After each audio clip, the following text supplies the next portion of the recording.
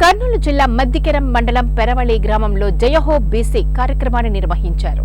ఈ జయహో బీసీ కార్యక్రమాన్ని ఉద్దేశించి మాజీ జెడ్పీటీసీ పురుషోత్తం చౌదరి మాట్లాడుతూ మాజీ ముఖ్యమంత్రి చంద్రబాబు నాయుడు ఆదేశాల మేరకు మద్దికెరం మండలం పెరవళి గ్రామంలో జరుపుకోవడం జరిగిందని తెలిపారు. రాష్ట్రంలో బీసీలకు పెద్దపీట వేసిన పార్టీ తెలుగుదేశం పార్టీ అని, బీసీలంతా ఒకటిగా ఉండి పార్టీని గెలిపించుకోవాల్సిన ఆవశ్యకత ఎంతైనా ఉందని అన్నారు. అందరూ కలిసి బీసీలో అయితేనే మనం అంతా కలిసి ఒక ఉమ్మడిగా ఈ ఎన్నికల్లో పోరాడాల్సిన అవసరం ఎంతో ఉందని చెప్పి మీ అందరికీ నేను వినియోగించుకుంటున్నాను.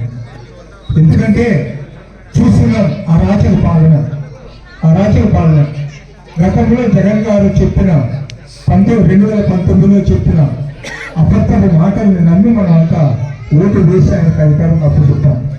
150 స్థానాలు గెలిపించుకున్నారు. ఈ రోజు కూడా ఆయన చేసింది ఏమీ లేదు.